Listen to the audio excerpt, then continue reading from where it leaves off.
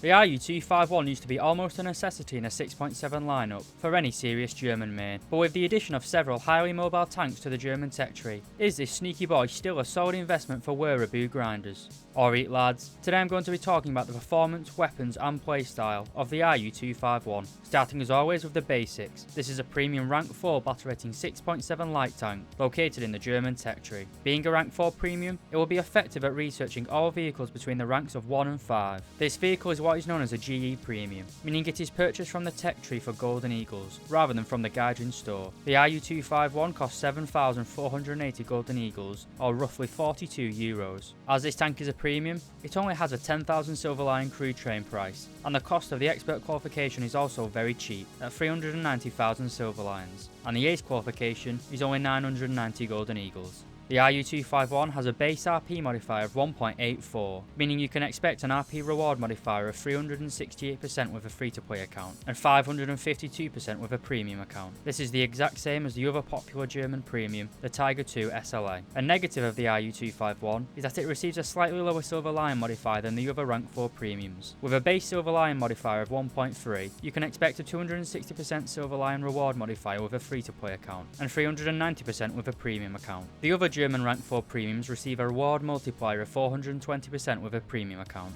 If you'd like to know more about this speedy boy, and whether it's worth its whopping €40 price tag, then stick around for the rest of the video.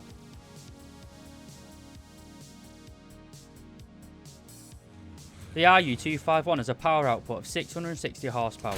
Combined with this vehicle's weight of 25.5 tonnes, it gives this tank a power to weight ratio of 25.9 horsepower per tonne, which is incredibly good considering this is a German vehicle. This engine can power you up to a top speed of 80 km per hour, both forwards and backwards, which is incredibly useful in this vehicle's role as a light tank, as it allows you to quickly engage and then disengage from a conflict. The tank is also able to neutral steer. It can turn on the spot and do it fast. It is able to traverse at around 39 degrees per second, meaning it can do a full 360 degree traverse in just under 9 seconds. With its high top speed and acceleration, the Ru-251's mobility is certainly one of its strengths. It can be used to rush cap circles at the start of a match, or take long flanking routes to surprise the enemy. While additional highly mobile machines have been added to the German tech tree, the Ru-251 still reigns supreme at and around battle rating 6.7. While the German 6.7 lineup is certainly known for being well armoured, the same cannot be said for the Ru-251. Hardly fair criticism, seeing as this is a light tank after all. As always, we'll start with the upper frontal plate. Whilst being well angled at 57 degrees, it only provides 66mm of protection. This will stop 50 cals and some self-propelled anti-aircraft gun rounds, but nothing more. The sides of the hulls are very thin and basically unsloped, only providing 20mm worth of protection. This will only protect you from small caliber machine guns, and you can and will be killed from the side by 50 cals. Unsurprisingly, the rear of the hull only provides a measly 8mm worth of protection, but frankly, if you're the one getting shot in the ass, then you're playing this tank wrong.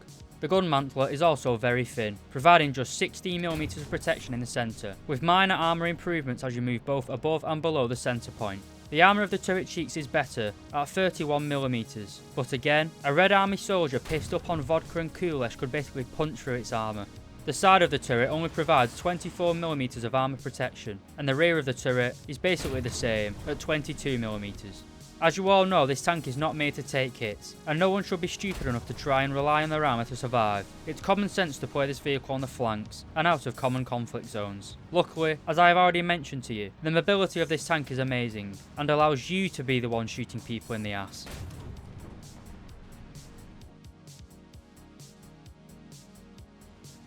The Ru-251 is armed with a 90mm cannon, capable of carrying a total ammunition load of 61 rounds. It also has a fairly large first stage ammunition capacity of 11 rounds. Apart from these 11 rounds in your ammo rack, the remaining rounds you carry will be stored to the right of the driver, which makes you an easy one-shot kill to any experienced player.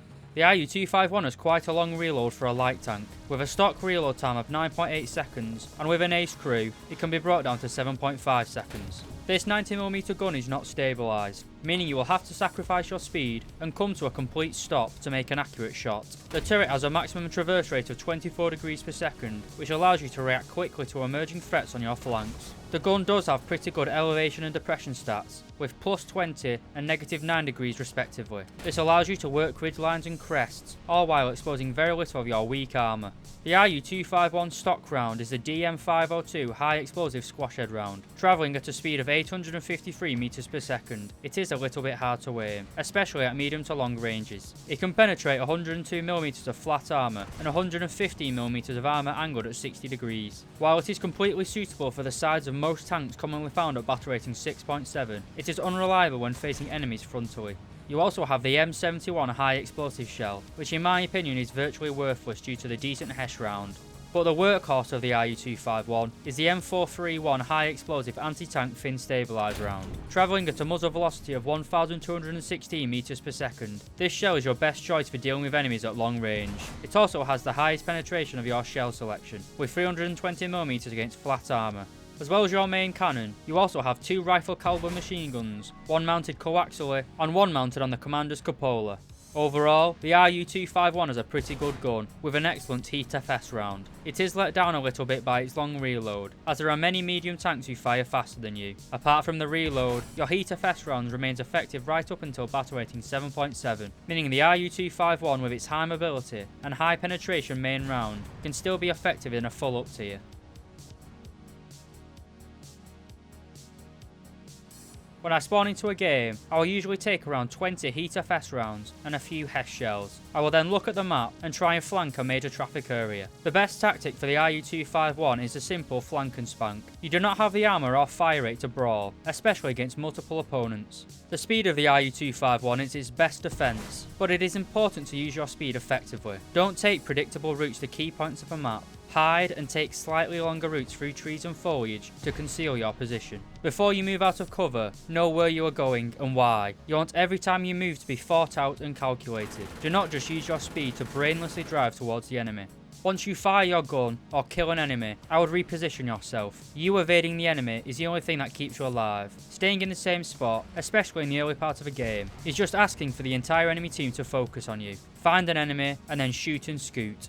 In terms of lineups, the Ru-251 has fairly decent support from its fellow 6.7 German tanks. If you do not have access to the recently removed Panther II, Tiger 105 and Koelian, you still have the Tiger II, both Tech Tree versions and the premium, the Jagdtiger, Kugelblitz, Jagdpanzer 4.5 and the Ru-251's main competitor, the M41 Walker Bulldog. For close air support, you have the Me262A1U4 and the Arado.